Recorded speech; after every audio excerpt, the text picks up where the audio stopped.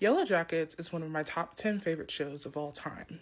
So I'm here to do an analysis on the show, and more so how it's a lesson on how young women go through and experience girlhood and sort of what the show means for the loss of innocence within our young girls in society today. And a great way to examine this is through the recent loss of the character Coach Ben. So let's look at him in season 1 versus now. So at the beginning of season 1, this is him put in attack. He's still viewed and considered an authority figure because he's these girls' soccer coach. He's someone that has to take care of these kids in order to get them to the next soccer tournament. But by the end of season 3, or at least in the middle of season 3 to his fate, we see him as completely unrecognizable. This is not the same Ben that we were first met in season 1. And why is this so significant? It's simple. He represents the loss of innocence in these girls. Let's discuss how Ben is treated in season 1 versus season 3. Think about how Misty literally protected and saved Coach Ben. These girls could have left him behind, but instead they kept him. He's sort of like a tie to their past lives or their past selves. Again, this is from season 1, and this is when the girls are dancing to This Is How We Do It. Still, there's not the more animalistic nature, and they are at this point caring for each other as they're trying to figure out what their lives could look like, and there's still sort of this idea of hope that they will be found and they can go back to a normalcy in life before the crash. And Ben is in the corner, being their authority figure, wounded, having lost a leg, but still respected by the girls at some instinct. Transition to the most recent episode of season 3, where we see Lottie and the girls doing animalistic war cries, dancing sort of, if you see the camera pan out, in sort of a cultish-like way. This is truly to the point where they're no longer those innocent girls that we knew in season 1. They have fully become aligned with animalistic nature and will do anything for survival. And bringing it back to Ben, let's talk about how he ultimately tried to plead with these girls and bring them back to that level of innocence that they're no longer at.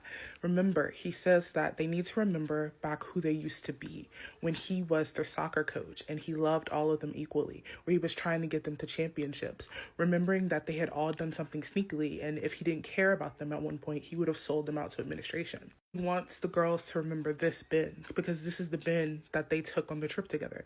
This is the Ben that was entrusted to keep them safe while they were on that trip that ultimately ended in a plane crash and where they are today. And although this plea begins to work, ultimately it fails because these girls are no longer those young girls that we once knew in season 1.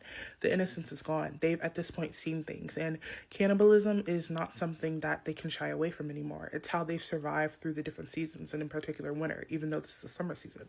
We can also absolutely see that innocence is 100% gone looking at the character Shauna and how she has fully taken over the tribe, or at least these girls, by the end of the episode and controls them with fear. I can say this because even though Ben had already lost leadership and control of the girls, remember, the wilderness, quote unquote, chose Natalie to lead the girls. The girls looked up to her as an authoritarian figure. Even during the trial of Ben, she was considered the judge. But you see, again, this sort of shift from innocence and the girls that they once were. This whole thing of rule, law, and order goes out the window when Shauna uses fear to control the girls.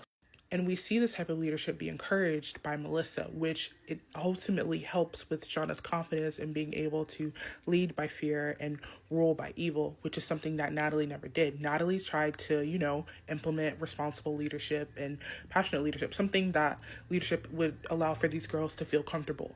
But as they've lost more of their innocence and time continues to go on, these girls sort of drift away from the normal that they once knew and continue to sort of explain and show how authority, shifts away over time.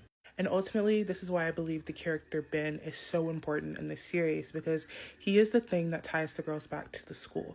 He was the leader figure at one point in authority. Represents, in my opinion, he represents society at large and how we think of authority. He represents what the girls once knew.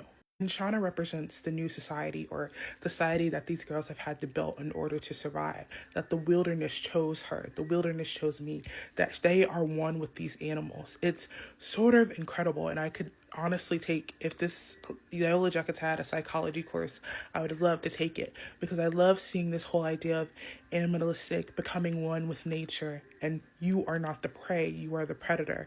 Even though in season 1 these girls came off as prey and they were afraid of the wilderness, now they fully embrace the people that they've become, and this is the future of the series. And this is why, in conclusion, I wholeheartedly believe Ben's character, the death of Ben's character, represents the complete loss of innocence, as well as just the catalyst for things that are going to change in the story.